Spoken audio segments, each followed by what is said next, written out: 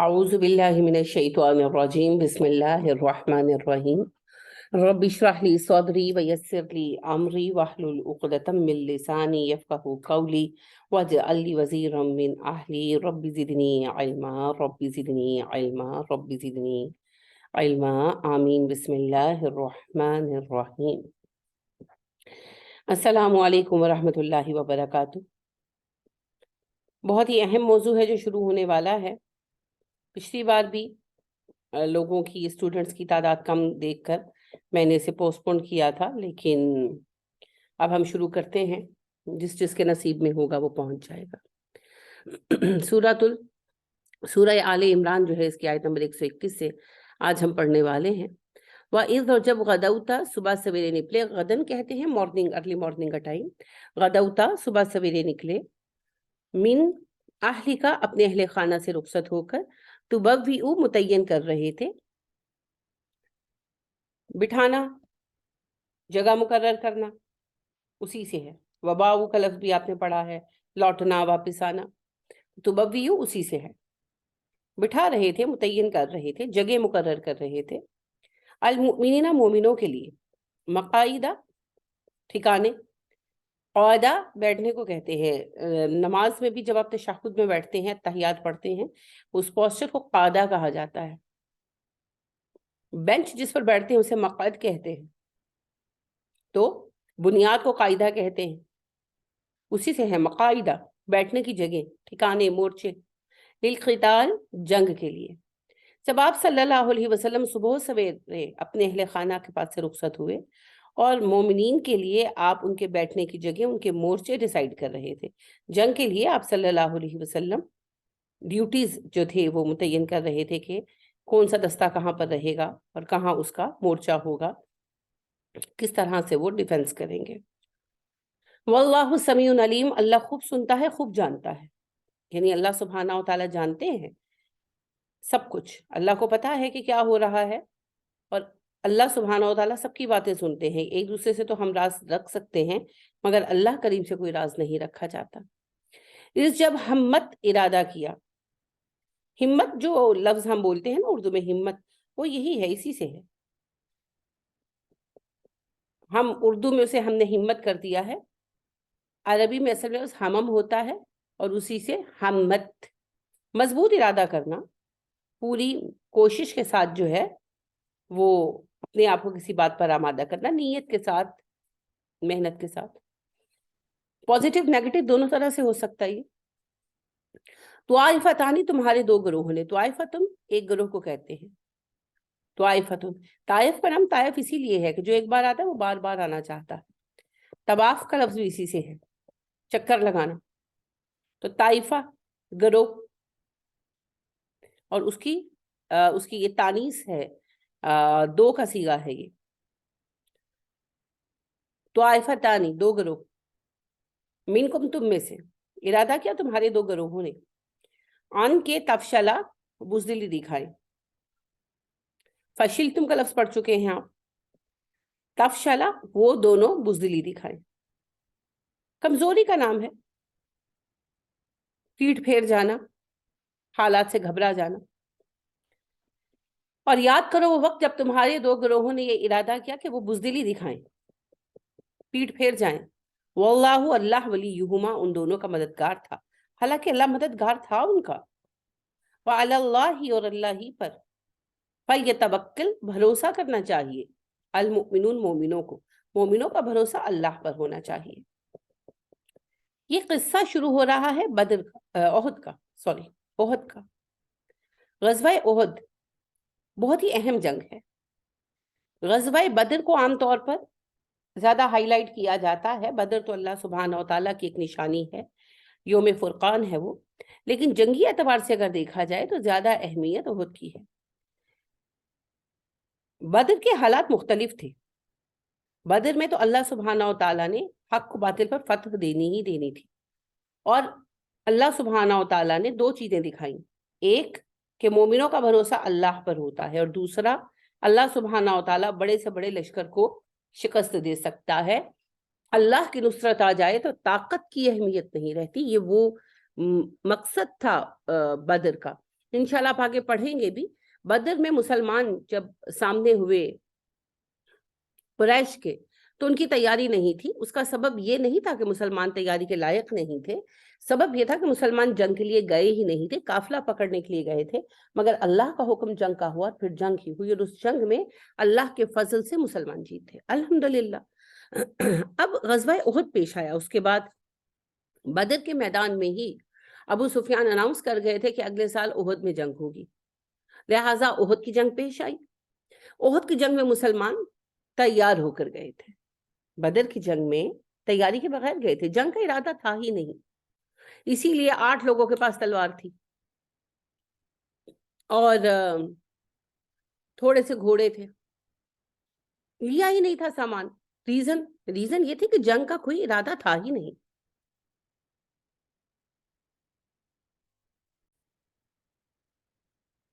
احد میں مسلمان تیاری کر کے نکلے تھے.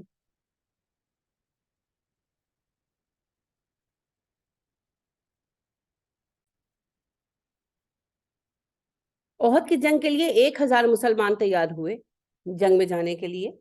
مجاہدین کے پاس اسلحہ بھی تھا جو زمانے کے مطابق ہوتا تھا، تلواریں، نیزے، تیر کمان، گھوڑے بھی تھے. کھانے پینے کا بھی انتظام تھا مناسب. ٹھیک ہے بہت کھلا ڈلا نہیں تھا لیکن بہرحال تیاری تھی. کفار کا لشکر 3000 کا تھا. اب جب میدان جنگ میں آئے بہت کانفیڈنٹ سے، مسلمان ہونا بھی چاہیے تھا، وہ تیاری کر کے آئے تھے. احد کی جنگ میں نبی کریم صلی اللہ علیہ وسلم کو جب یہ اطلاع ملی کہ کفار مکہ حملہ آور ہیں اور لشکر بڑا ہے، 3000 بڑی تعداد تھی اس وقت، تو آپ صلی اللہ علیہ وسلم نے یہ رائے رکھی کہ ہم قلعہ بند ہو کر لڑتے ہیں. مدینہ نیچرلی ایسا ہے، اس کی لوکیشن ایسی ہے، کوئی قلعے کی طرح ہے. اس کے 3 طرف پہاڑ ہیں اور پہاڑوں پر کبھی کسی زمانے میں آتش فشاں پھٹے ہوں گے تو لاوا گزرا ہوا ہے، جس کی وجہ سے ان پر چڑھنا وغیرہ تقریباً پاسبل نہیں ہے. تو لاوے کی چٹانیں ہیں 3 طرف، دشمن ادھر سے نہیں آ سکتے. صرف ایک ہی انٹرنس ہے مدینہ کی، اس انٹرنس کو سیو کیا جا سکتا تھا اور یہ طریقہ رہا تھا مدینہ والوں کا. تو یہ ان پر جب کبھی حملے ہوتے تھے تو وہ قلعہ بند ہو کر لڑتے تھے. تو نبی کریم صلی اللہ علیہ وسلم کی رائے تھی قلعہ بند ہو کر لڑا جائے. لیکن اکثریت جو صحابہ کی تھی ان کی رائے میدان میں جا کر لڑنے کی ہوئی. بدر سے ان کو حوصلہ ملا ہوا تھا. آپ صلی اللہ علیہ وسلم ہمیشہ اکثریت کی رائے مانتے تھے، لہٰذا جب اکثریت کی رائے کھلے میدان میں لڑنے کی ہوئی تو آپ نے اس رائے کو قبول فرمایا اور پھر جنگ کے لیے نکلے.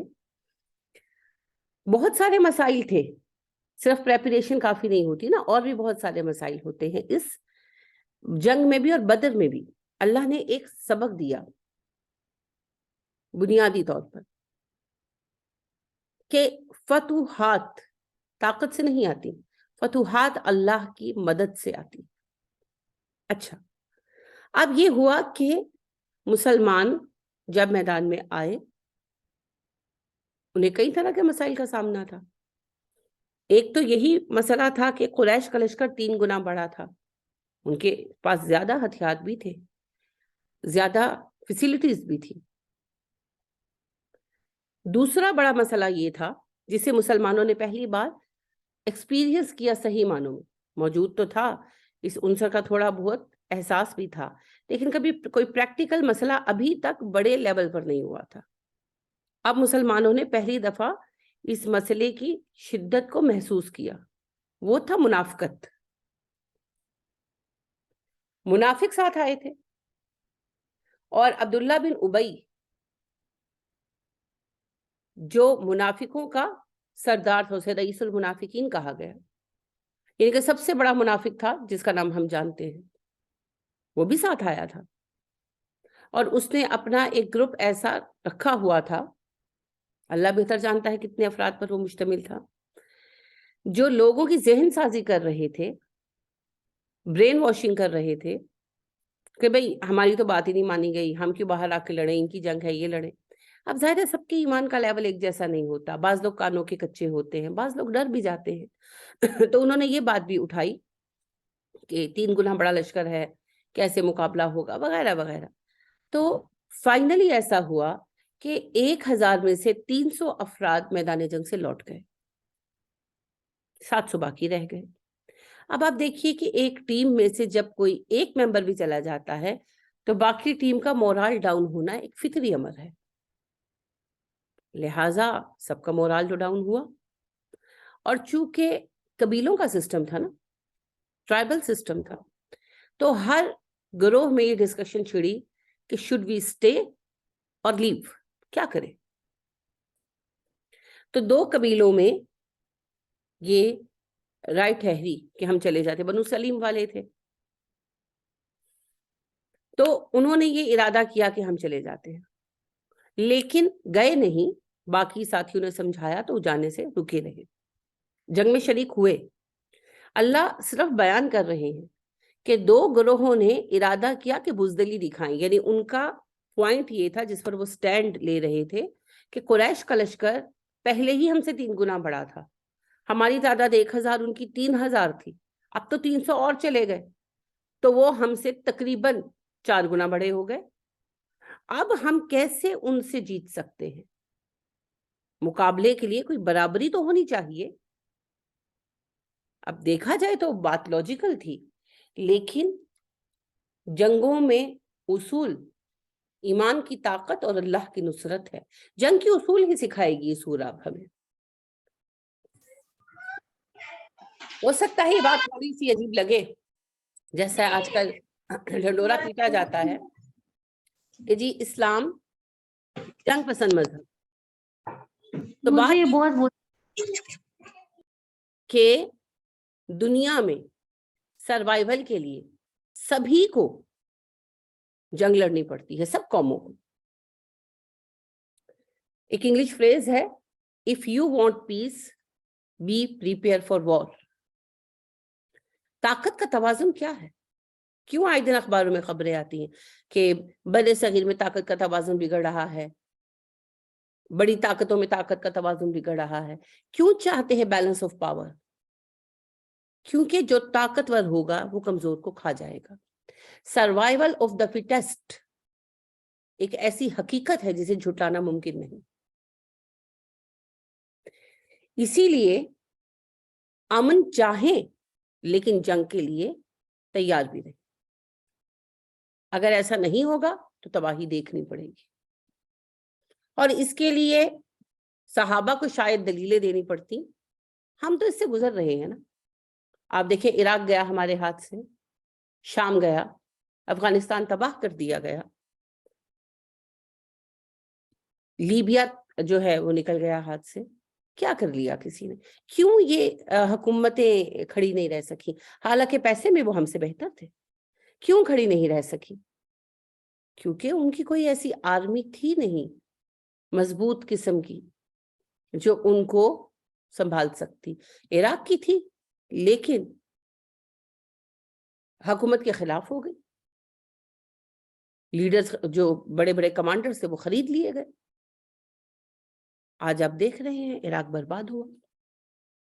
کسی بھی قوم کی حفاظت کے لیے، کسی بھی ملک کی سرحد کی حفاظت کے لیے آرمڈ فورسز تو چاہیے ہر عہد میں. لہذا یہ کوئی جنگ پسندی نہیں ہے، یہ کوئی جارحیت پسندی نہیں ہے.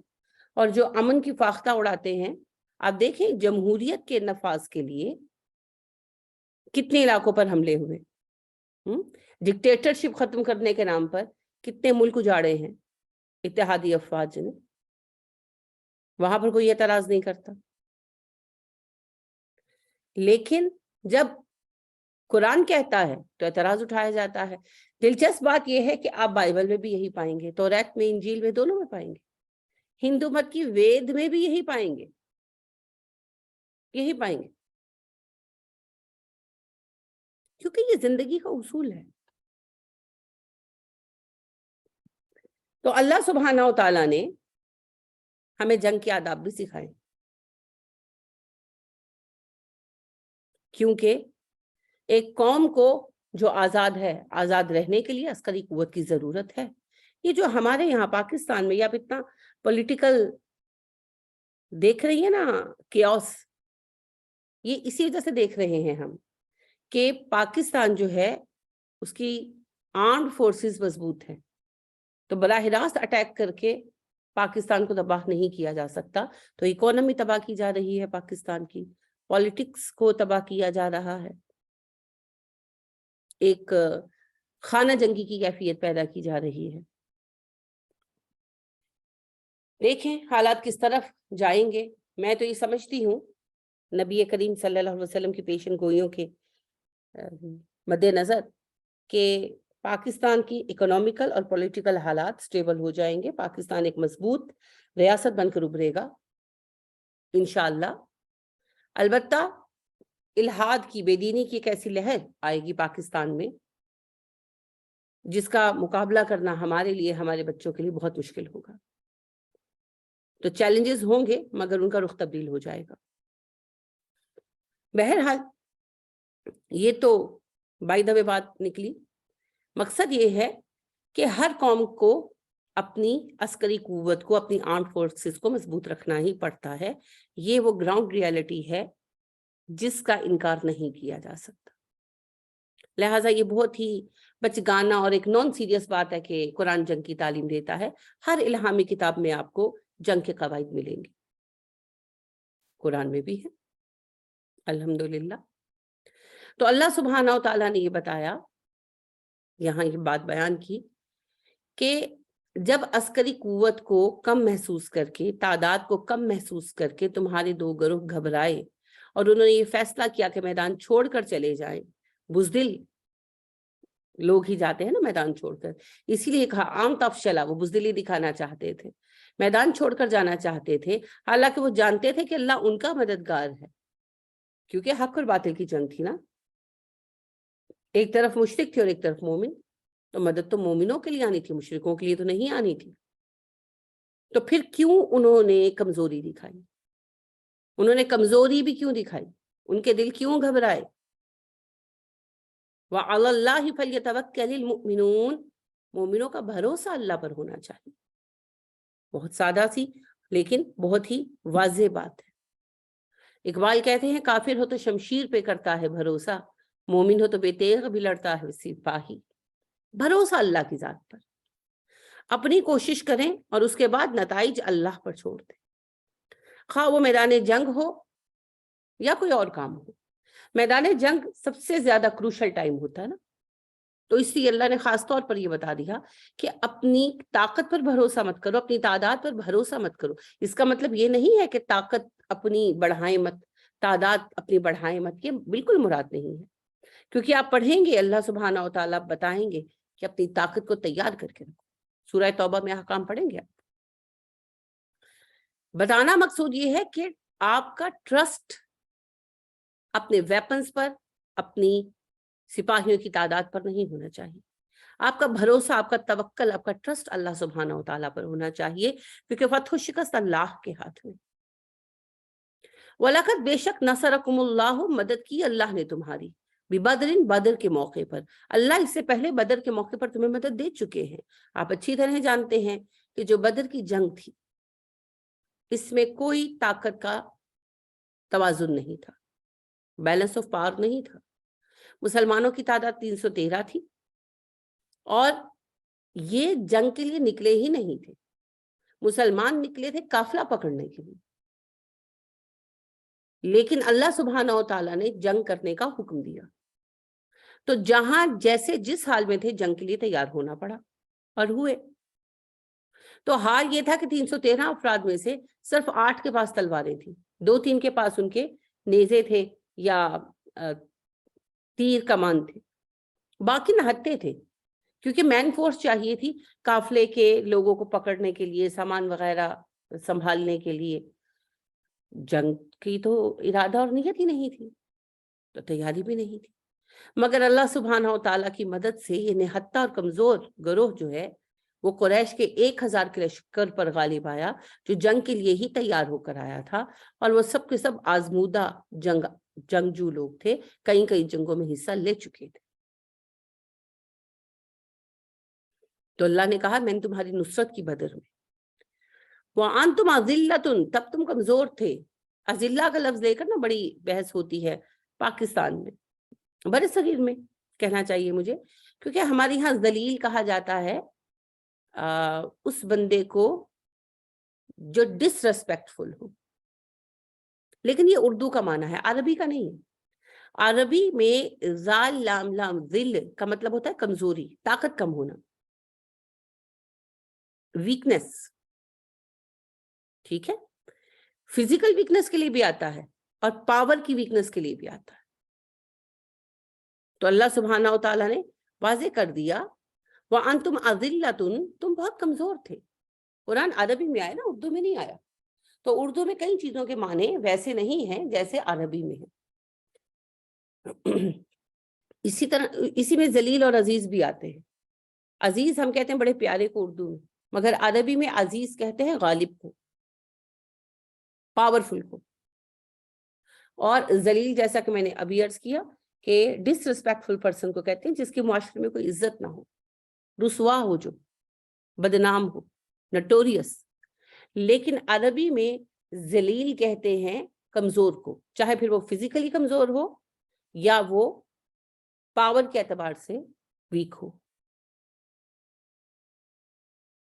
وہ پھر کانٹیکٹ سے پتا چلتا ہے کہ کون سا ذلیل مراد ہے، فزیکلی ویک یا پاور لیس بندہ جس کے ہاتھ میں کوئی اختیار نہ. تو اللہ فرماتے ہیں وَأَنْتُمْ أَذِلَّةٌ، تم بہت کمزور تھے اس وقت، تعداد بھی کم تھی، ہتھیار بھی کم تھے، بہت زیادہ مالی اعتبار سے تنگی کا دور تھا، تو فزیکلی بھی کمزور تھے، تو ہر اعتبار سے کمزوری تھی. لیکن اللہ کہتے ہیں میں نے تمہیں غالب کیا. فَاتَّقُوا اللَّهَ، بس اللہ سے ڈرو، اللہ کا تقوی اختیار کرو. جنگ کے میدان میں بھی تقوی پر قائم رہو. یہ نہیں کہ تم جنگ کرنے گئے ہو تو تمہیں سب کچھ معاف ہے، نہیں. میدان جنگ میں بھی اللہ کا تقوی مد نظر ہونا چاہیے. یہ بات بہت اچھی طرح نبی کریم صلی اللہ علیہ وسلم نے صحابہ کو سکھا دی تھی. آپ صلی اللہ علیہ وسلم نے ایسا معیار برقرار کر دیا تھا، بحال کر دیا تھا صحابہ کے مابین، ایک نا سیلف چیکنگ سسٹم تھا جو صحابہ کے اندر قائم تھا. اللہ کے خوف سے کام کرنا، اللہ کے خوف سے رک جانا. لہذا علی رضی اللہ تعالی عنہ کا ایک واقعہ ہے، آپ نے سنا بھی ہوگا، معروف ہے. وہ بہت عمدہ مثال ہے فاتقوا اللہ کی. میدان جنگ کے اندر کہ جنگ ہو رہی تھی اور علی رضی اللہ تعالیٰ عنہ ایک کافر کے ساتھ لڑ رہے تھے، تلوار تھی دونوں کے پاس، دونوں ایک دوسرے پر اٹیک کر رہے تھے. اب سمجھتے ہیں کہ جنگ بہت ایموشنل مومنٹ ہوتا ہے، اگر ایموشن نہیں ہوگا کوئی لڑ بھی نہیں پائے گا. جنگ اپنے زوروں پر تھی. راوی یہ بھی بیان کرتا ہے کہ جنگ اپنی شدت پر تھی. اس سے پہلے اللہ ہی جانتے ہیں کہ علی رضی اللہ تعالیٰ عنہ کے ہاتھوں کتنے لوگ گھائل یا زخمی ہوئے تھے کفار میں سے، اور مسلمانوں نے اپنے کتنے ساتھی کھوئے تھے، اور کتنا زیادہ مسلمان اس وقت غضبناک تھے یا پرجوش تھے. تو ظاہری بات ہے کہ ایموشن جو ہیں انسان کے بہت زیادہ ایکسٹریم پر ہوتے ہیں جنگ کے دوران. کوئی نارمل مینٹل جو ہے کیفیت نہیں ہوتی انسان کی، ذہنی اور قلبی حالت جو ہے وہ اعتدال پر نہیں ہوتی، ایکسٹریم پر ہوتا ہے انسان، جوش کے، جذبے کے، غضب کے اور قربانی کے. اگر یہ سب نہ ہو تو جنگ نہیں ہو سکتی. لہٰذا علی رضی اللہ تعالیٰ عنہ جنگ کر رہے تھے اور ایک کافر سے کافی دیر سے لڑ بھی رہے تھے. اور ظاہری بات ہے جب ایک بندے سے آپ کنفرنٹ کر رہے ہیں فیس ٹو فیس اور دونوں ایک دوسرے پر وار کر رہے ہیں، اس کا بھی تو ایک غصہ ہوتا ہے، اس کا بھی تو ایک جوش ہوتا ہے. تو اس نے علی رضی اللہ تعالیٰ عنہ نے اس کو گرا لیا، غالب آ گئے، اس کو گرا لیا، اس کے اوپر چڑھ کر بیٹھے اس کا سر کاٹنے کے لیے. تو کچھ بس نہیں چلا اس کا، تو اس نے علی رضی اللہ تعالیٰ عنہ کے چہرے پر تھوک دیا. He added some insult into anger. علی رضی اللہ تعالیٰ عنہ اس پر سے اٹھ گئے، تلوار ہٹا لی. یہ ہے فاتقوا اللہ. اب دیکھیں تقویٰ کا لیول چیک کریں.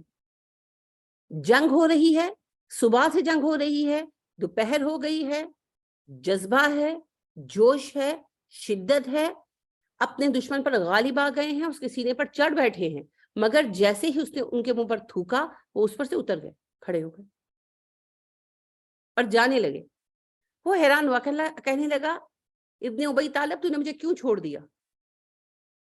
علی رضی اللہ تعالیٰ عنہ نے کہا اس لیے پہلے میں تمہیں اللہ کی رضا کے لیے قتل کر رہا تھا، اب اگر میں تمہیں قتل کرتا تو کچھ نہ کچھ سبب اس کا یہ ہوتا کہ تم نے مجھے بے عزت کیا، میرے منہ پر تھوکا، تو اس غصے کا بھی کچھ نہ کچھ اثر تو ہوتا نا تمہارے قتل میں۔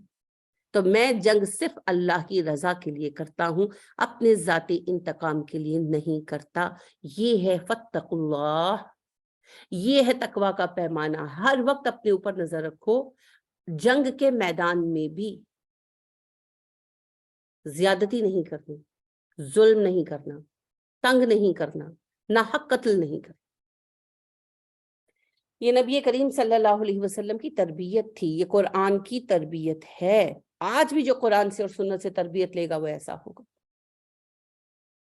یقیناً تقوی کا ویسا لیول تو نہیں ہو سکتا، مگر کسی نہ کسی لیول کو تو اچیو کریں گے نا۔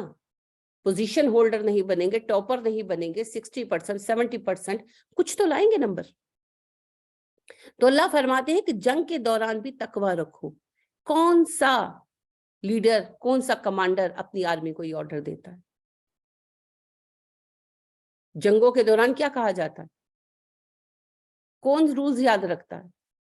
سیکنڈ ورلڈ وار میں جب امریکہ نے اور برطانیہ نے ہیروشیما اور ناگاساکی پر ایٹم بم پھینکے اور اس سے جو تباہی ہوئی، یعنی انسان کا دماغ امیجن نہیں کر سکتا، میرا تو نہیں کر پاتا جب اس چیز کو انڈرسٹینڈ کرنے کے لیے غور کرتی ہوں کہ انسانی وجود ایویپوریٹ ہو گئے اس ریڈیشن سے۔ آج تک وہاں لوگ ڈسیبل پیدا ہوتے ہیں، آج تک وہاں کی زمینیں بنجر ہیں، آج تک وہاں کا پانی قابل استعمال نہیں ہے، حالانکہ اقوام متحدہ کے چارٹر میں بھی یہ بات موجود ہے کہ رہائشی علاقوں پر بم نہیں برسائے جائیں گے، ہاسپٹلز پر بم نہیں برسائے جائیں گے، سکولز پر نہیں برسائے جائیں گے، شہری آبادیوں پر نہیں برسائے جائیں گے۔ کیا ہیروشیما اور ناگاساکی شہر نہیں تھے؟ وہاں ہاسپٹلز نہیں تھے، وہاں سکولز نہیں تھے، وہاں عورتیں اور بچے نہیں تھے، وہ شہری علاقے نہیں تھے؟ وہاں بم پھینکے گئے، کون سے بم؟ ایٹم بم پھینکے گئے، اور یہ لوگ امن کی بات کرتے ہیں۔ تورا بورا کے پہاڑوں پر افغانستان میں جب ڈیزی کٹر بموں سے انہوں نے بومبنگ کی ہے اور وہاں جو لوگ اندر تھے، عورتیں بچے سب مارے گئے، وہ پہاڑ ہی ریزہ ریزہ ہو گئے، انسانوں کی تو بات ہی کیا کرنا۔ تب امن کا ڈھول کہاں بج رہا تھا؟ جس وقت عراق کی وار ہو رہی تھی تو اسرائیل کے ڈیفنس منسٹر نے ڈیبیٹ کی تھی، ایک پریس کانفرنس تھی ان کی، تو کوسچن کیا گیا تھا ان سے کہ جنگ کے دوران امریکن جو ہیں ڈیفنس منسٹر بھی موجود تھی اور اسرائیل کے ڈیفنس منسٹر بھی موجود تھے، تو یہ سوال کیا گیا تھا ان سے کہ ہاسپٹلز پر بمباری ہو رہی ہے، سکولز پر بمباری ہو رہی ہے اور کیجویلٹیز ہو رہی ہیں۔ اس کا جواب دیا تھا انہوں نے کہ ہمیں کوئی پرواہ نہیں کتنی کیجویلٹیز ہوتی ہیں، ہمیں کہاں بمباری کرنی پڑتی ہے، ہمیں صرف ہر قیمت پر فتح حاصل کرنی ہے، ہر قیمت۔ کسی نے تب نہیں کہا تھا کہ یہ جنگ پسندانہ رویہ ہے، یہ صرف مسلمانوں کو ٹیگ کیا جاتا ہے، اور مسلمان ڈیزرو اس لیے کرتے ہیں کہ اپنی کتاب کبھی پڑھی نہیں ہے نا، پلٹ کر جواب نہیں دے سکتے، ریزننگ نہیں کر سکتے، ڈسکشن کے لائق نہیں ہوتے، اس لیے ڈیزرو کرتے ہیں۔ حالانکہ سوائے قرآن کے آپ کہیں نہیں پائیں گے۔ بقرہ میں بھی پلٹ کر جائیں، تھوڑا سا ٹائم نکالیے گا، بقرہ کے جو جنگ کے احکامات جو شروع ہوتے ہیں وہ دیکھیے گا، تقریباً 168 سے یا 166 سے 184 تک آپ کو ملیں گے۔ آپ اس میں دیکھیں اللہ نے اجازت دی اور ساتھ بار بار کہا زیادتی مت کرنا، تقوی کا دامن پکڑنا، یاد رکھنا اللہ متقین کے ساتھ ہے۔ جنگ کی اجازت دی اور ساتھ ساتھ بار بار یہ نصیحت کی کہ جنگ میں زیادتی مت کرنا اور تقوی کا دامن تھامے رکھنا، یاد رکھنا اللہ تقوی والوں کے ساتھ ہے۔ یہاں پھر اللہ جنگ کی بات کر رہے ہیں، ہدایات دے رہے ہیں، اور اللہ فرما رہے ہیں فاتقوا اللہ، جنگ کے میدان میں بھی تقوی قائم رکھنا۔ جنگ میں کون کس کی نگرانی کر سکتا ہے؟ کوئی نہیں کر سکتا، کوئی کیمرے نہیں چل رہے ہوتے، کوئی رپورٹ تیار نہیں ہو رہی ہوتی، لیکن مومن اپنے رب سے ڈرتا ہے، کیونکہ رب تو میدان جنگ میں بھی دیکھ رہا ہے نا۔ ایک اور اس پر میں آپ کو قصہ سناتی ہوں، حدیث ایک اور سناتی ہوں۔ اسامہ بن زید رضی اللہ تعالیٰ عنہ نبی کریم صلی اللہ علیہ وسلم کی بڑی محبوب شخصیت ہے۔ آپ کو انفارچونیٹلی ہمیں اپنے اجداد کا پتہ نہیں، ہمیں ان شخصیتوں کی اہمیت کا پتہ نہیں۔ نبی کریم صلی اللہ علیہ وسلم کی جب اماں خدیجہ رضی اللہ تعالیٰ عنہ سے شادی ہوئی، اماں خدیجہ کے پاس ایک بچے تھے جو کام کرتے تھے، غلام تھے ان کے، زید بن حارثہ رضی اللہ تعالیٰ عنہ۔ اماں خدیجہ کے بھتیجے تھے حکیم بن حزام، انہوں نے گفٹ کیا تھا ان کو خرید کر۔ چھوٹے لڑکے تھے، 6-7 سال کے رہے ہوں گے غالباً جب اماں خدیجہ کو دیے گئے۔ پھر نبی کریم صلی اللہ علیہ وسلم سے شادی ہوئی تو نبی کریم صلی اللہ علیہ وسلم کو زید بہت اچھے لگتے تھے، بہت ہی اچھا مزاج تھا ان کا۔ تو نبی کریم صلی اللہ علیہ وسلم کی محبت جب زید کی طرف دیکھی تو اماں خدیجہ رضی اللہ تعالیٰ عنہ نے زید کو گفٹ کر دیا نبی کریم صلی اللہ علیہ وسلم کو۔ وقت گزرا، زید بڑے ہو گئے، جوان ہو گئے تقریباً، تو زید نسلاً غلام نہیں تھے، وہ اپنے ننیحال ملنے کے لیے آئے تھے۔ جب واپس جا رہے تھے اپنی والدہ کے ساتھ تو قافلے پر ڈاکوؤں نے حملہ کیا اور بچوں کو اٹھا لیا، ان میں بیچارے زید بھی اٹھائے گئے اور زید کو بیچ دیا، اور اتفاقاً حکیم بن حزام نے خریدا رضی اللہ تعالیٰ عنہ اور اماں خدیجہ کو گفٹ کر دیا۔ اب ان کے والد جو تھے وہ یمن کے رہنے والے تھے اور اچھے مالدار آدمی تھے، اور اپنے بیٹے کے غم میں بہت پریشان تھے۔ ان کے اشعار بڑے مشہور ہیں آج بھی جو انہوں نے اپنے بیٹے زید کے غم میں لکھے۔ تو بہت غمزدہ تھے، بہت ڈھونڈا بیٹے کو، بہت ڈھونڈا۔ ظاہر اس زمانے میں مینول سورسز ہی تھے، تو کئی سال بیت گئے۔ 6-7 سال کے زید جو ہے وہ 15-16 سال کے نوجوان ہو گئے ماشاءاللہ۔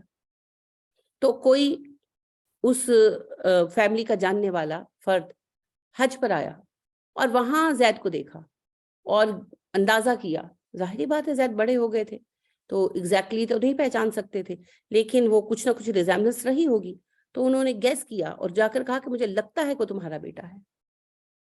تو زید کے والد اور چچا مکہ آئے اور نبی کریم صلی اللہ علیہ وسلم سے ملے اور ظاہر ہے کہ پہچان لیا کہ وہ ان کا بیٹا، تو انہوں نے کہا کہ جی یہ میرا بیٹا ہے، آپ میرا بیٹا مجھے دے دیں، آپ جو قیمت مانگے گے میں دے دوں گا۔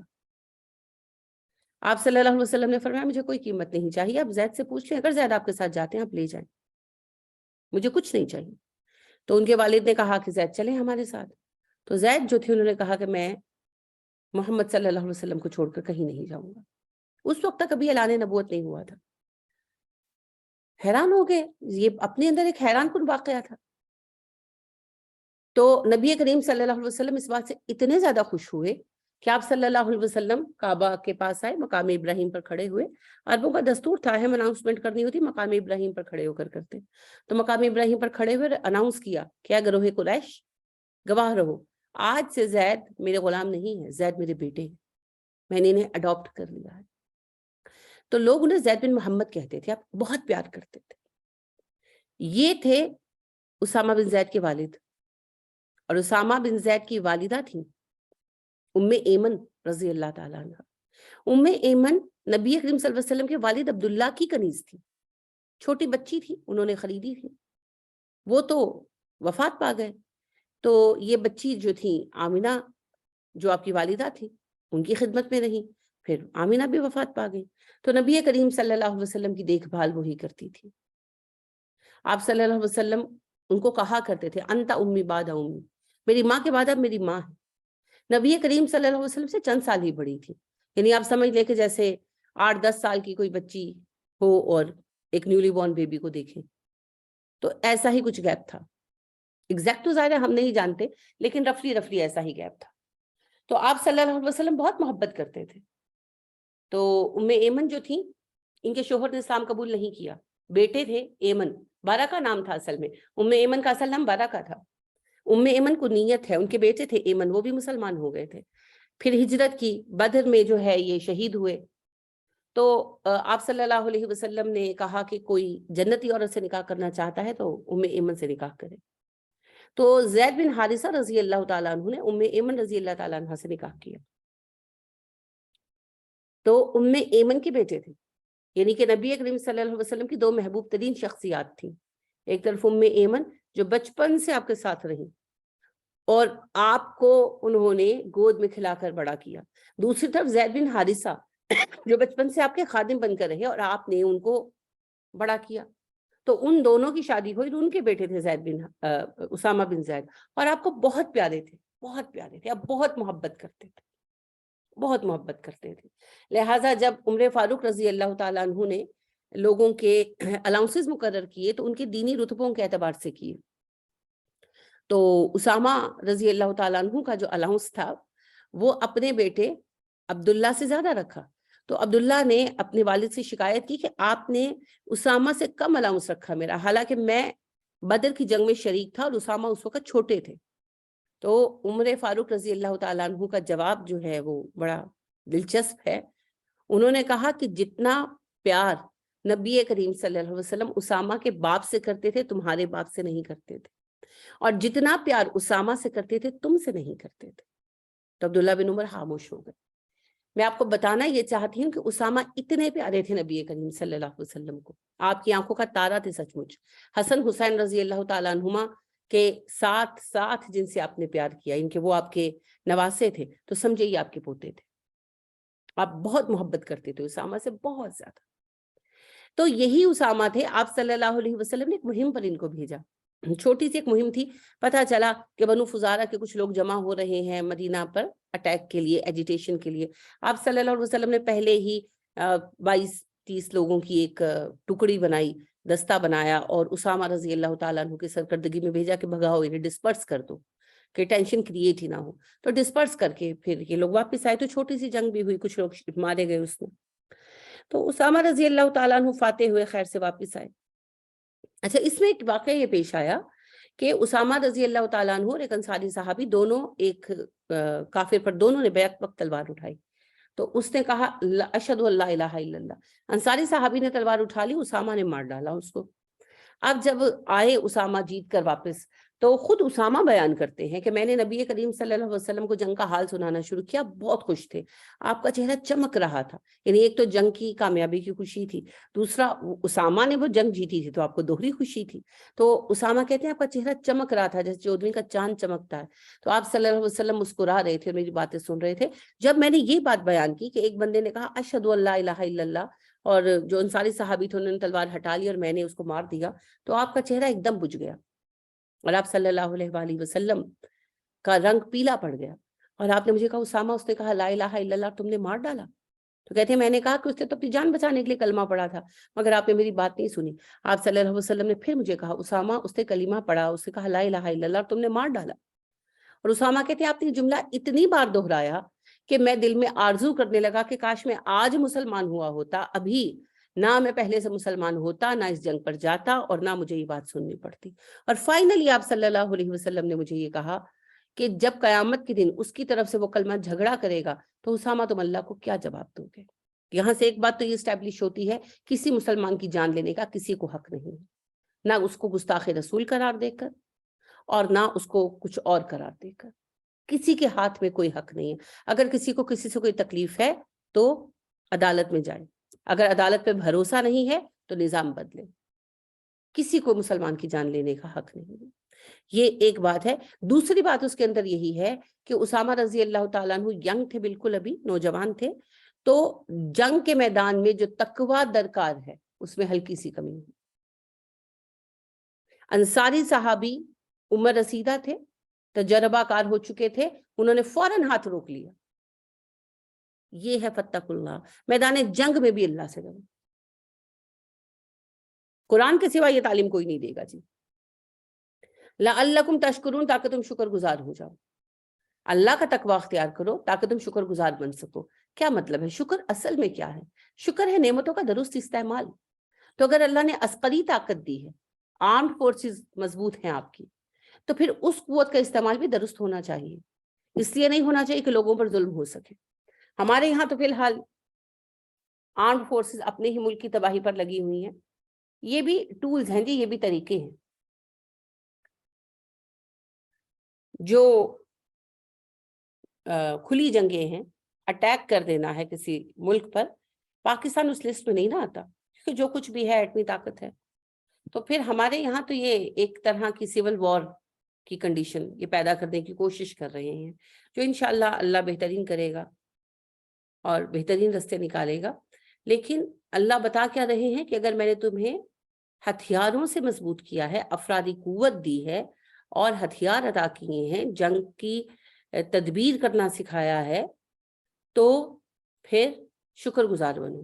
شکر گزاری کیا ہے؟ ان قوتوں کا درست استعمال کرو، اپنی حفاظت کے لیے کرو، دین کی حفاظت کے لیے کرو، دشمنوں پر روب رکھنے کے لیے کرو، لوگوں کو تنگ کرنے کے لیے نہیں. یہ نہیں کہ طاقتور بن گئے تو اب دوسروں کو کھا جاؤ، یہ نہیں کرنا. اس جب تقولو آپ کہہ رہے تھے للمؤمنین مومنوں سے، علن کیا نہیں یکفیکم کافی تمہیں، آئیں یمدکم کہ مدد کرے تمہاری ربکم تمہارا رب، بثلاثتی 3,000 ہزار، من الملائکتی فرشتوں سے، منزلین جو اتارے جائیں گے.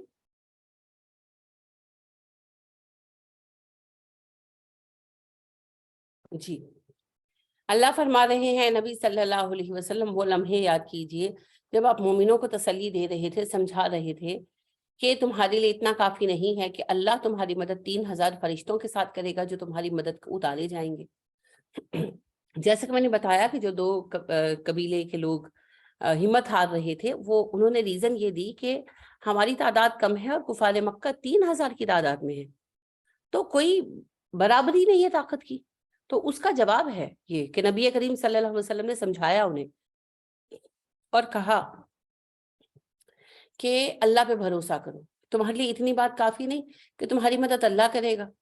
دشمن 3,000 ہیں تو کیا ہوا، اللہ 3,000 فرشتے اتارے گا جو تمہاری مدد کے لیے آئیں گے. اللہ سبحانہ و تعالیٰ کا جواب سنیے، بلا کیوں نہیں، اللہ فرما رہے کیوں نہیں، میں مدد کروں گا. بدر میں بھی تو کی تھی، بدر میں 1,000 نشان زد فرشتے اترے تھے. احد میں اللہ کے نبی صلی اللہ علیہ وسلم نے کہا کہ اللہ 3,000 فرشتے اتاریں گے. اللہ کہہ رہے کیوں نہیں، ہاں اتاروں گا. ان اگر تصویرو تم صبر کرو گے، اگر تم صبر کرو گے. میدان جنگ میں صبر کیا ہے؟ استقامت. میدان چھوڑ کر بھاگ نہیں جانا. لہٰذا آپ دیکھیں کہ احد کے علاوہ بدر میں بھی ایسا تھا. ایسا نہیں ہوا کہ جنگ شروع ہوئی تو فرشتے آ گئے، ایسا نہیں ہوا. لہٰذا عمر فاروق رضی اللہ تعالیٰ عنہ بیان کرتے ہیں، بڑی قیمتی حدیثوں میں سے ہے، عمر فاروق رضی اللہ تعالیٰ عنہ سے بہت کم حدیثیں آئی ہیں. تو عمر فاروق رضی اللہ تعالیٰ عنہ بیان کرتے ہیں کہ بدر والے دن فجر کے بعد جنگ شروع ہوئی اور عصر کا وقت آ گیا. رمضان تھا، 17 رمضان کا دن تھا، روزے سے تھے مسلمان اور شدید گرمی تھی. تو عصر سے کچھ پہلے ابو جہل جو ہے وہ زخمی ہو کر گرا، مرا تو نہیں، مارا تو بعد میں. ابن مسعود رضی اللہ تعالیٰ عنہ نے جو ہے جو دو بچے تھے معوذ اور معاذ، انہوں نے زخمی کر دیا اسے، اتنا زخمی کر دیا کہ وہ گر گیا. تو اس کے گرنے سے سب یہ سمجھے کہ شاید مارا گیا. تو اس کے خاندان والے جوش میں آئے، آرمی والے جوش میں آئے. تو قریش کی فوج نے بہت تیز رفتاری کے ساتھ قدم بڑھائے پیش قدمی کی مسلمانوں کی طرف، اور مسلمان پیچھے ہٹتے ہٹتے وہاں تک آ گئے جہاں خیموں کے پاس مسلمانوں نے پانی کے لیے ایک حوض بنایا ہوا تھا. تو حوض کو توڑنے کے لیے انہوں نے کوشش کی اور مسلمانوں نے روکنے کی کوشش کی. مسلمانوں کے پاس پانی پینے کا وہی ذریعہ تھا، خود کفار کے پاس بھی اس وقت وہی تھا، کیونکہ رات میں جب بارش ہوئی تھی تو اس کی وجہ سے مٹی بہہ کر، ریت بہہ کر نیچے کی طرف گئی، تو ان کے جو پانی کے ذخائر تھے وہ سارے خراب ہو گئے. تو وہ بھی پانی وہیں سے پی رہے تھے، اور نبی کریم صلی اللہ علیہ وسلم نے کہہ دیا تھا کہ پانی پینے سے کسی کو نہیں روکا جائے گا، خواہ وہ کافر ہو. اب جو جنگ میں حوض کے لڑتے لڑتے پیچھے ہٹتے ہٹتے مسلمان وہاں تک پہنچے، تو قریش نے حوض کو توڑ دینے کی کوشش کی تاکہ مسلمانوں کے پاس پینے کا پانی نہ رہے. مسلمانوں نے دفاع کیا. تو شدید لڑائی جو تھی اس وقت ہوئی اور وہ پیک تھی جنگ کی. عمر فاروق رضی اللہ تعالیٰ عنہ کہتے ہیں جنگ کا شدید زور تھا اور ہم ہر طرف سے گویا گھر چکے تھے. تبھی نبی کریم صلی اللہ علیہ وسلم نے زمین سے ایک مٹھی خاک اٹھائی اور شاہت الوجوہ کہہ کر، ان کے چہرے بگڑ جائیں کہہ کر پھینکی، اور بعد ازاں جب پکڑے گئے، قید ہوئے قریش کے مختلف قیدی اور پھر بعد میں مسلمان ہو گئے، تو ان لوگوں کے اسٹیٹمنٹس ہیں کہ ہر کسی کی آنکھ میں وہ مٹی پہنچی اور مٹی کا آندھی کا ایک جھکڑ اٹھا، اور عمر فاروق رضی اللہ تعالیٰ عنہ کہتے ہیں ایسے آواز سنائی دی جیسے ٹرے میں کچھ گرے بلندی سے، اور اس کے بعد ہمیں گھوڑوں کے ہنہنانے کی آوازیں ہمارے سروں پر سنائی دی، اور پھر جنگ کا پاسا پلٹ گیا. تو میں عرض یہ کرنا چاہتی ہوں کہ بدر میں بھی مدد تب آئی جب اللہ نے مسلمانوں کی استقامت کو ٹھونک بجا کر دیکھ لیا. یہ نہیں کہ اللہ جانتے نہیں، اللہ سب جانتے ہیں، مگر ثبوت بھی تو ہونا چاہیے نا. لہٰذا اللہ نے پورا موقع دیا مسلمانوں کو اپنے ایمان کی حرارت کو دکھانے کا، اپنی سنجیدگی کو، اپنی وفاداری کو ثابت کرنے کا، اور صبح کے کھڑے مسلمان عصر تک ڈٹے رہے اور عصر کے بعد بھی ڈٹے ہوئے تھے. پھر اللہ سبحانہ و تعالیٰ نے مدد بھیجی. تو اللہ کی مدد کا اصول ہے استقامت. استقامت دکھائیں گے تو مدد آئے گی. یہ جنگ کے علاوہ بھی ایسے ہی ہے. اگر آپ کاروبار کر رہے ہیں، اگر آپ سنجیدہ مزاج ہیں، اللہ ترقی دے دیتے ہیں. کوئی بچہ پڑھتا ہے، اگر وہ سنجیدہ ہے، محنت کرتا ہے، اپنی روٹین پہ چلتا ہے، اچھے نمبر لے آتا ہے. کوئی ویٹ لوز کرنا چاہتا ہے بھائی، تو جو پراپر روٹین میں ڈائٹ کرتا ہے وہی سکسیسفلی ویٹ ریڈکشن کر سکتا ہے. جو آج 2 دن ڈائٹ کیا پھر 2 دن بعد توڑ دیا، وہ کوئی کسی مقام تک نہیں پہنچ پاتے. تو اتنے چھوٹے چھوٹے پیٹی معاملات میں بھی استقامت ضروری ہے. لہٰذا جنگ تو بہت اہم معاملہ ہے. تو جنگ کی بھی شرط یہی ہے کہ اگر استقامت دکھاؤ گے تب اللہ سبحانہ و تعالیٰ تمہاری مدد کریں گے. تو اللہ کہتے کیوں نہیں، اگر تم استقامت دکھاؤ گے، تصویرو تم صبر کرو گے، یعنی استقامت دکھاؤ گے، وتتقوا اور تقوی اختیار کرو گے. دیکھیں جی سیکنڈ کنڈیشن آ گئی کہ یہ نہیں کہ تمہارے پاس طاقت ہے تو تم لوگوں پر ظلم کرنا شروع کر دو. تو یاد کریں سورہ بقرہ میں آپ نے بنی اسرائیل کا قصہ پڑھا ہے نا، کہ جب ہم نے تمہیں کہا داخل ہو جاؤ اس شہر میں اور تم نے نافرمانی کی، تو پھر ہم نے تم پر عذاب اتارا، رجزا من السماء بما كانوا يفسقون. تو کیا تھا اس کا بیک گراؤنڈ؟ یہی تھا نا کہ جب سرحدی شہر فتح کیے انہوں نے فلسطین کے، تو بجائے اللہ کے احکامات کو برقرار رکھنے کے لیے انہوں نے عورتوں کی آبرو ریزی کی، انہوں نے بچوں کو قتل کیا، گھر لوٹے، آگ لگا دی گھروں کو. تو اللہ سبحانہ و تعالیٰ نے پلیگ کی، وبا اتاری ان پر، تعاون کی، اور ان کو واپس ہٹنا پڑا. تو طاقت کا غلط استعمال نہیں ہوگا. تلوار اٹھائی جائے گی دین کی حفاظت کے لیے، تلوار اٹھائی جائے گی مظلوموں کی حمایت کے لیے، ہتھیار اٹھائے جائیں گے ظالموں کو قابو میں کرنے کے لیے، مظلوموں پر ظلم کرنے کے لیے نہیں. لہٰذا پہلی شرط استقامت اور دوسری تقوی. وَيَأْتُوكُمْ اور وہ آ جائیں تم پر، مِنْ فَوْرِهِمْ پورے جوش کے ساتھ، ہاذا اسی طرح، یمددکم مدد کرے گا وہ تمہاری، ربکم تمہارا رب. جب تم لوگ استقامت اختیار کرو گے، صبر کرو گے، دین پر قائم رہو گے، تقوی اختیار کرو گے، اور دشمن تم پر اچانک آن پڑے گا، تو تمہارا رب تمہاری مدد ضرور کرے گا. کیوں نہیں کرے گا؟ پرانی جنگوں کو تو چھوڑیں، بدر کے موقع پر بھی جب ہم تذکرہ بدر کا پڑھے تھے، میں نے عرض کیا تھا کہ عہد صحابہ ہی کی بات نہیں ہے کہ 1965 میں اللہ نے ہماری مدد نہیں کی. کوئی بھی مدد نہیں کر رہا تھا، کی نا اللہ نے مدد، اپنے سے 10 گنا بڑی آدمی سے جیتا پاکستان. اور 1971 میں ہم نے یہ بھی دیکھا کہ جب آپس کی خانہ جنگی ہوگی تو اللہ کسی کی مدد نہیں کرے گی، کیونکہ خانہ جنگی حرام ہے بھائی. تو اللہ کہتے ہیں اگر وہ تم پر اچانک ٹوٹ پڑے گا تمہارا دشمن، تمہارا رب تمہاری مدد کرے گا بِخَمْسَةِ آلَافٍ مِّنَ الْمَلَائِكَةِ 5000 فرشتوں کے ساتھ. الف کہتے ہیں 1000 کو. الف لیلہ آپ سب نے ہی میرا خیال ہے نام تو کہانی کا ضرور سنا ہوگا. الف لیلہ بڑی معروف کہانی ہے. الف کہتے ہیں 1000 کو اور لیلہ کہتے ہیں رات کو. لیل کی جمع ہے. الف لیلہ 1000 راتیں. تو آلاف جمع ہے ہزاروں، بخمستی آلاف 5,000 من الملائکہ فرشتوں کے ذریعے، مصومین نشان لگے ہوئے، چنے ہوئے، سلیکٹڈ۔ اللہ سبحانہ و تعالیٰ تمہاری مدد 5,000 فرشتوں سے کرے گا جو پرپز میڈ ہیں، جو بنائے ہی جنگ کے لیے گئے ہیں، جو اسی قیام کے لیے چنے گئے ہیں۔ 3,000 کے مقابلے میں اللہ 3,000 نہیں 5,000 بھیجے گا، لیکن اس کی شرط یہ ہے کہ تم صبر کرو، یعنی کہ استقامت دکھاؤ، دین پر قائم رہو اور میدان جنگ میں بھی قائم رہو، اور تقوی اختیار کرو۔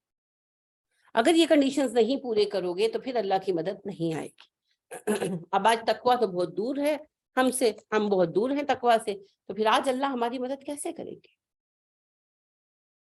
وہی اقبال والی بات آتی ہے نا، تم یہ کہتے ہو کہ ہو گئے مسلم نابود، ہم یہ کہتے ہیں کہ تھے بھی کہیں مسلم موجود، وضع میں تم ہو نثارا تو تمدن میں ہنود، یہ مسلمان ہیں جنہیں دیکھ کے شرمائیں یہود۔ قوم مذہب سے ہے، مذہب جو نہیں تم بھی نہیں، جذب باہم جو نہیں محفل انجم بھی نہیں۔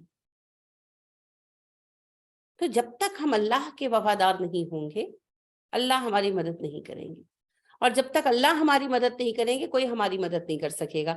آپ کو کیا لگتا ہے ہمارے یہ جو مسائل ہیں عالم اسلام کے، مسلمانوں کے، اس کا سبب کیا ہے؟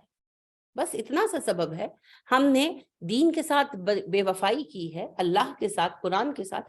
اللہ نے صرف ہمیں ہمارے حال پہ چھوڑ دیا تو ہم رسوا ہو رہے ہیں۔ دیکھ لیں کیا تماشا ہے، پاکستان کی 24 کروڑ آبادی ہے، اس میں سے کم از کم 15-16 کروڑ تو یہ چاہتے ہیں کہ عمران خان کی گورنمنٹ آ جائے۔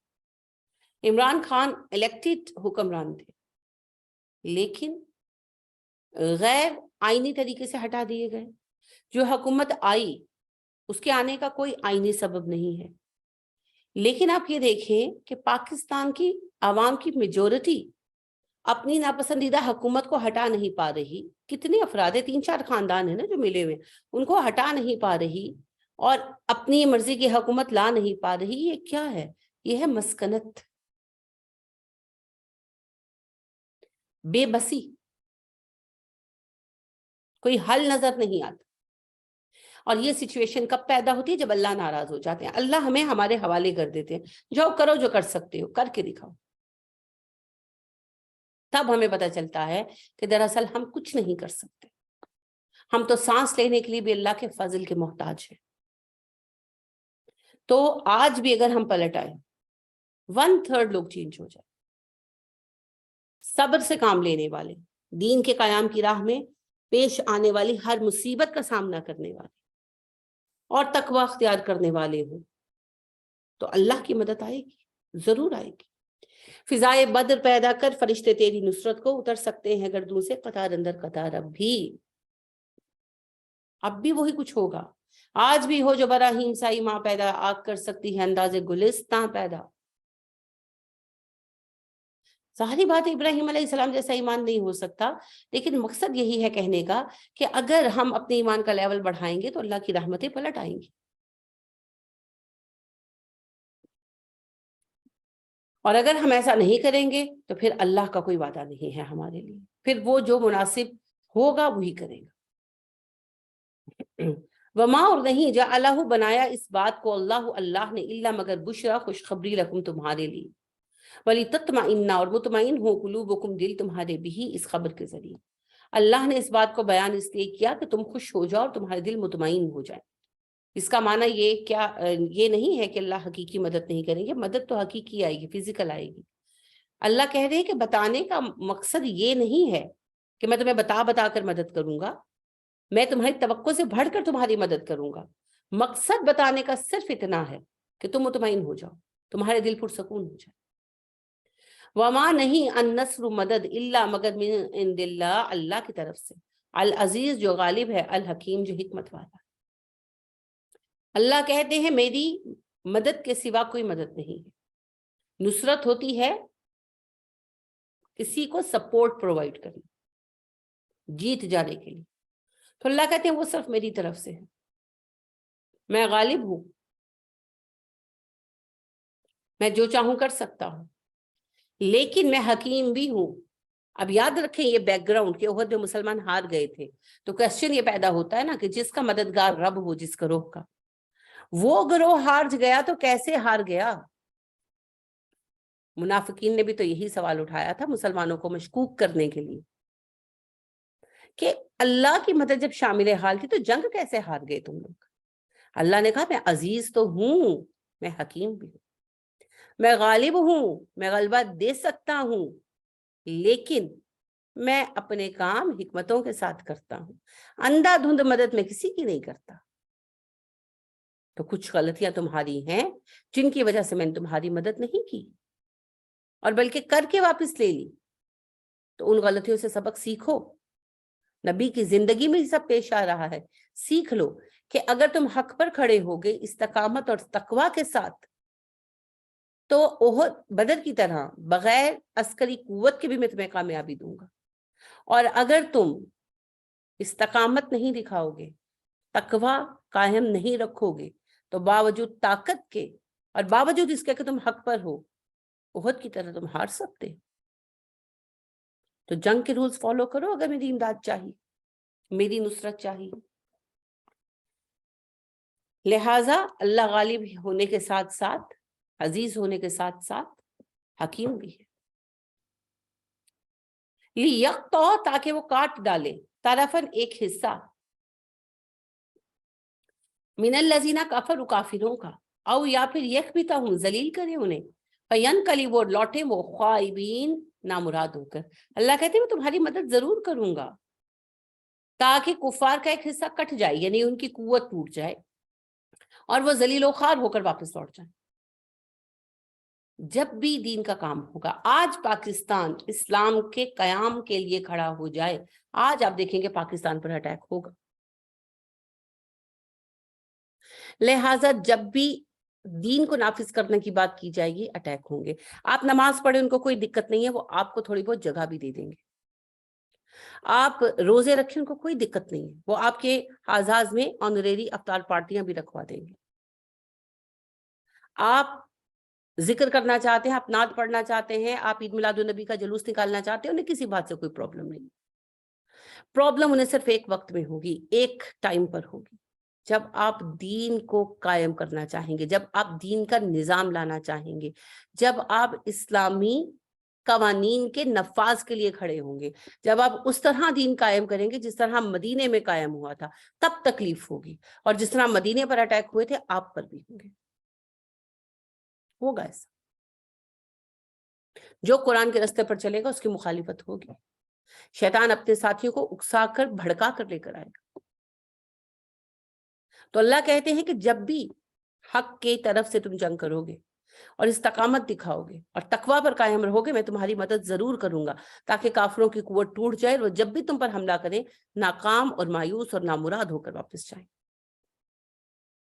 لیسا نہیں، لکا آپ کے لیے، من الامری اس معاملے میں، شیئن کچھ حصہ، او چاہے یتوبہ وہ مہربان ہو، علیہم ان پر، او یا پھر یعذبہم عذاب دے انہیں. اے نبی صلی اللہ علیہ وسلم اس معاملے میں آپ کو اختیار حاصل نہیں ہے، چاہے اللہ انہیں معاف کر دے چاہے انہیں عذاب دے. فإنہم ظالمون، وہ ظالم ہیں. اب احد کے بعد کا ایک واقعہ ہے جس سے متعلقہ یہ آیت ہے، واقعہ ہے بیر معونہ کا. بیر معونہ کنویں کا نام ہے، بیر کہتی کنویں کو ہے، معونہ اس کا نام تھا. ہوا یوں کہ ازد و قارہ دو قبیلے تھے جن کا ایک سردار نبی صلی اللہ علیہ وسلم کے پاس آیا، ابو عامر نام تھا اس کا، ابن ابی عامر، ابو عامر نے ابن ابی عامر. اس نے آ کر آپ صلی اللہ علیہ وسلم، پہلے تو ویسے آپ صلی اللہ علیہ وسلم کے پاس آیا، آپ کو کہا کہ مجھے پیٹ کی بیماری ہے، آپ سے میں نے سنا ہے کہ لوگ ٹھیک ہو جاتے ہیں. تو آپ نے کہا شفا تو اللہ کے ہاتھ میں تو بس دعا کرتا ہوں. اسے دعا بھی یعنی اس کے لیے کی اور آپ نے اسے شہد بھی دیا، پیالہ شہد کا کہیں سے آیا تھا، اسے دیا اور کہنے لگے آپ صلی اللہ علیہ وسلم کے راستے میں اس کو کھاتے جانا، یعنی ہر کھانے کے بعد تو اللہ شفا دے گا. اب اللہ نے الحمدللہ شفا دے دی. تو وہ دوبارہ آیا تو کہنے لگا کہ جی میں چاہتا ہوں کہ میرے قبیلوں کے لوگ بھی مسلمان ہو جائیں. تو میرا بھتیجا ابن طفیل جو ہے وہ سردار ہے ان قبیلوں کا، ازد و قارہ کا، تو اگر آپ اپنے کچھ مبلغ وہاں پر بھیجیں تو مجھے امید ہے کہ لوگ اسلام لے آئیں. آپ صلی اللہ علیہ وسلم نے کہا کہ آپ کے علاقے کے لوگ بہت سخت مزاج ہیں اور مجھے ڈر ہے کہ کہیں وہ میرے صحابہ کو نقصان نہ پہنچائیں. تو ابن ابی عامر نے ذمہ لیا کہ میں ان کی حفاظت کا ذمہ لیتا ہوں. اب عربوں میں ذمے کی بڑی اہمیت تھی. کوئی کسی کا ذمہ لیتا تھا تو جان لٹا دیتا تھا, نقصان نہیں ہونے دیتا تھا. تو آپ نے بھی بھروسہ کیا. ویسے بھی اگر آپ اس طرح گھبرانے لگتے تو پھر تبلیغ کا کام ہی نہ ہوتا. تو آپ صلی اللہ علیہ وسلم نے 70 یا 200 صحابہ بھیجے. زیادہ تر لوگ 200 بیان کرتے ہیں, لیکن روایتیں جو زیادہ سٹرونگ ہے وہ 70 کی ہیں. بہرحال 70 تھے یا 200 تھے صحابہ ساتھ بھیجے جن کو لے کر یہ گیا. اور جب ازلو کارا کی حدود کے پاس پہنچے تو صحابہ نے اسٹے کیا. وہاں پر ایک ٹیکری تھی, تھوڑا اونچا ٹیلا تھا وہاں پر. تو یہ کہنے لگا کہ اپنا ایک نمائندہ بھیجو ابن طفیل کے پاس, تو اس کو, وہ سردار ہے, جب اس کو ویلیو کیا جائے گا تو اچھا لگے گا اسے اور وہ تم لوگوں کو اہمیت دے گا. تو ایک صحابی کو بھیجا گیا. تو ابن طفیل کے پاس جب وہ پہنچے اور نبی کریم صلی اللہ علیہ وسلم کا پیغام دیا تو اس ایک بندے نے ابن طفیل کے اشارے پر پیچھے سے تیر مارا جو ان کے سینے کے پار ہوا اور وہ وفات پا گئے, شہید ہو گئے. اچھا, اس کے بعد ان لوگوں نے گھیر لیا اس ٹیکری کو, اس ٹیلے کو جس پر مسلمان تھے, اور صحابہ جو تھے ان کو گھیر لیا. ظاہری بات ہے وہ لوگ تعداد میں زیادہ تھے, یہ کم لوگ تھے, کتنا لڑ سکتے تھے. فائنلی سارے ہی شہید ہو گئے. صرف 2 لوگ جو ہیں ان میں سے زندہ بچے, حضرت خبیب رضی اللہ تعالیٰ عنہ اور زید رضی اللہ تعالیٰ عنہ. ان کو بھی ان ظالموں نے مکہ والوں کے ہاتھ بیچ دیا تھا, بعد میں انہیں مکہ والوں نے شہید کر دیا. کوئی باقی نہیں بچا صورتحال بتانے کے لیے. نبی کریم صلی اللہ علیہ وسلم کو بھی اطلاع پھر ملی. ظاہر ہے چھوٹا واقعہ تو نہیں تھا, بات تو پہنچ گئی, ساری تفصیل پتہ چل گئی. لاشیں بھی ظالموں نے ایسے ہی چھوڑ دی, انہیں صحرائی جانور کھا گئے. نبی کریم صلی اللہ علیہ وسلم کو جب یہ بات پتہ چلی, آپ بہت افسردہ ہوئے, بہت رنجیدہ. یہ دیکھیں 70 افراد جنہیں نبی کریم صلی اللہ علیہ وسلم نے ٹریننگ دی, پڑھایا, اور جو اپنا سب کچھ دین کی خاطر چھوڑ کر آئے, کتنے محبوب رہے ہوں گے نبی کریم صلی اللہ علیہ وسلم کو. تو ان کے ایسے ظالمانہ رویے سے اور ایسی دغا بازی سے نبی کریم صلی اللہ علیہ وسلم بہت زیادہ جو ہے پریشان ہوئے.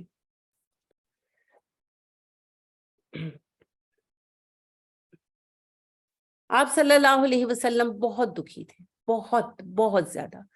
آپ کو اس سے زیادہ غمزدہ کبھی نہیں دیکھا گیا. لیکن مسئلہ یہ تھا کہ مدینے کو چھوڑا نہیں جا سکتا تھا. احد کی جنگ مسلمان ہار گئے تھے نا, تو اس کے بعد سے سب کو ہی لگ رہا تھا, لوگ جو ہوتے ہیں نا ابن الوقت ہوتے ہیں, یعنی ٹائم کے ساتھ لوگوں کا رویہ چینج ہوتا ہے. ہم لوگ ہوتے ہیں نا بعض اوقات بے قرار کہ اچھے ٹائم میں اس کا رویہ اور تھا, اب ذرا سے میرے حالات خراب ہوئے تو اس کا رویہ بدل گیا. یہ تو اللہ کے نبی صلی اللہ علیہ وسلم کے ساتھ ہوا, ان کے کمپینینز کے ساتھ ہوا. ہماری حیثیت ہی کیا ہے. نبی کریم صلی اللہ علیہ وسلم جب بدر میں جیتے تو سب الرٹ ہو گئے کہ اوہو یہ تو ایک بڑی طاقت ہے مسلمان.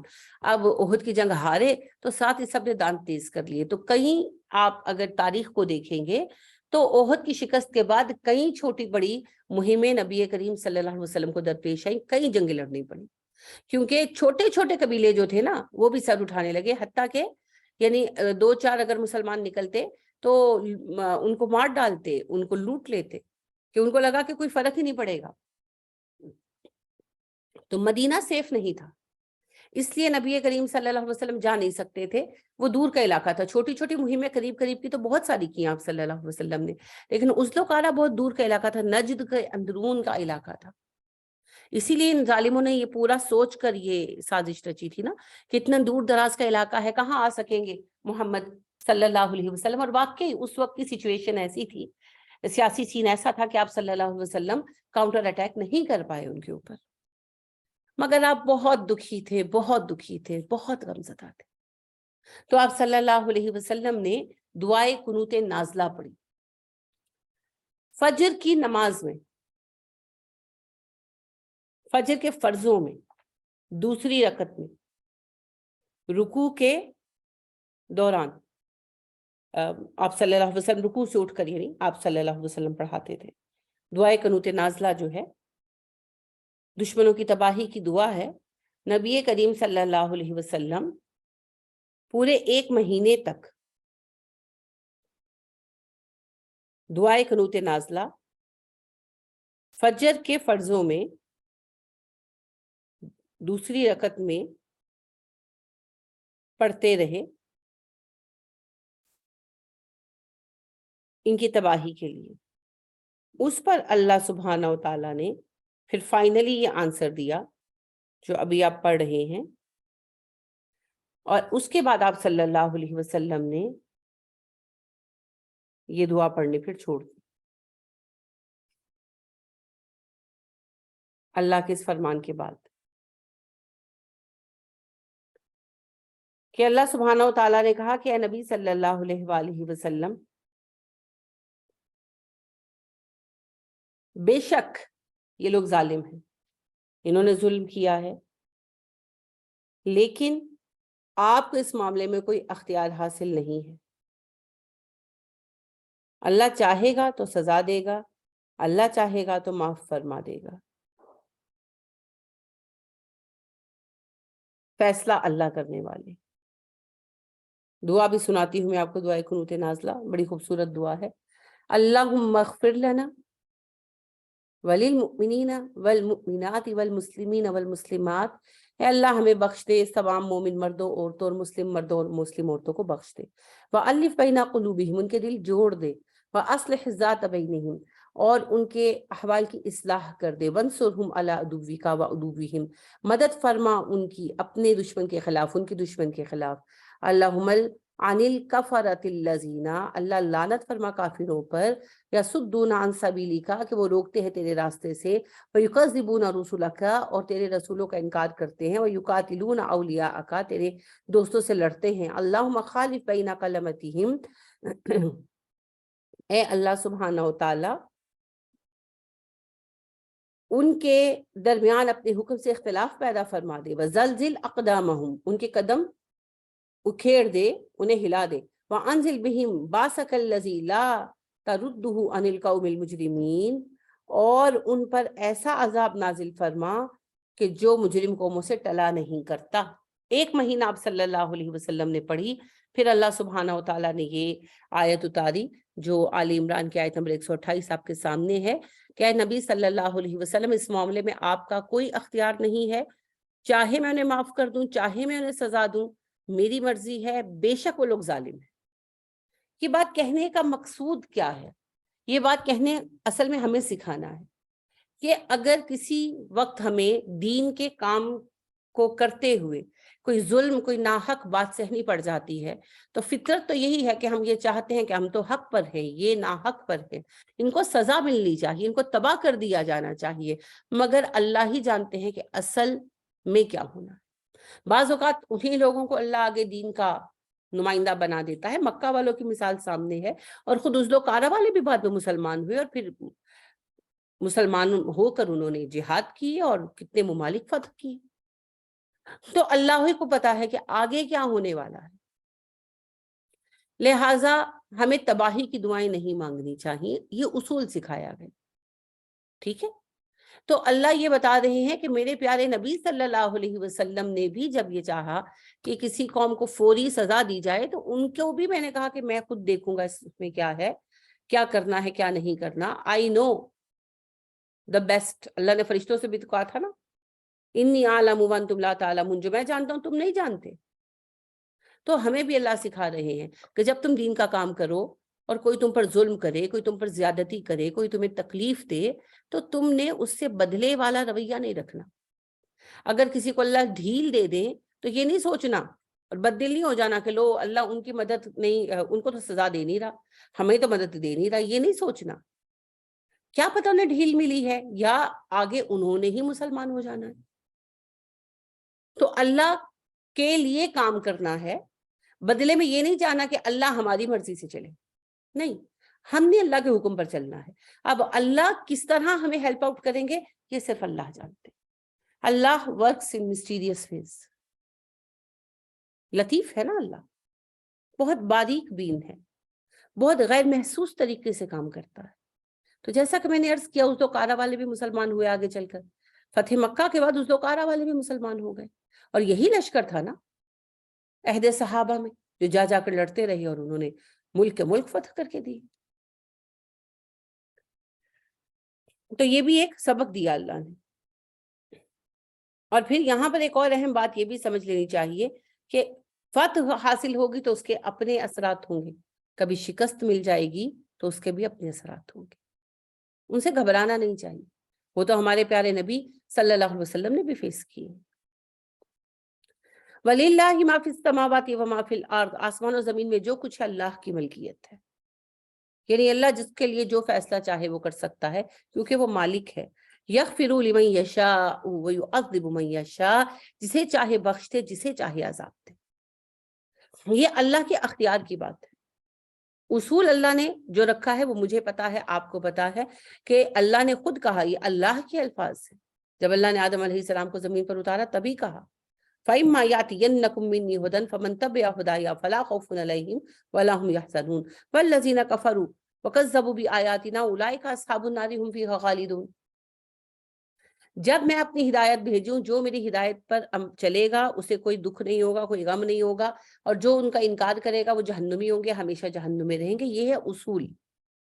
اختیار اللہ بتا رہے ہیں یہاں پر اللہ اختیار بتا رہے ہیں، میں جسے چاہوں معاف کر دوں، جسے چاہوں سزا دوں. اصل میں یہ اختیار بتانے کا مقصد کیا ہے؟ انسانوں کا دماغ کھول دینا.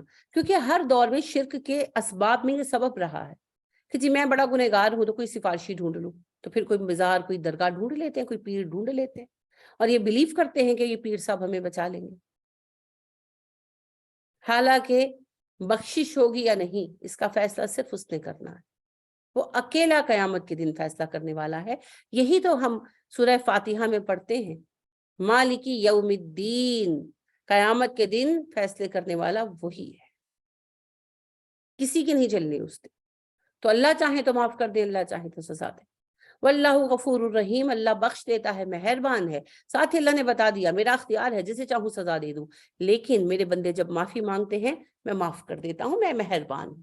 سزا دینے کا شوق نہیں ہے مجھے. ہاں انصاف کے تقاضوں کی بات اور جو معافی مانگے گا میں معاف کر دوں.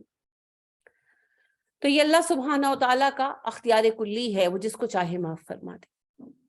تو اللہ سے معافی مانگتے رہنا چاہیے، استغفار کی کثرت کرنی چاہیے. اللہ نے ہمیں دعا بھی سکھائی، رب اغفر لنا وارحمنا انت ارحم الراحمین. تو اللہ ہم سب کو معاف فرمائے، آمین ثم آمین. آج یہی بات ختم کریں گے اور کل یہیں سے انشاءاللہ شروع کریں گے. کوئی سوال جو آپ پوچھنا چاہتے ہو؟ چلیے سوال نہیں ہے.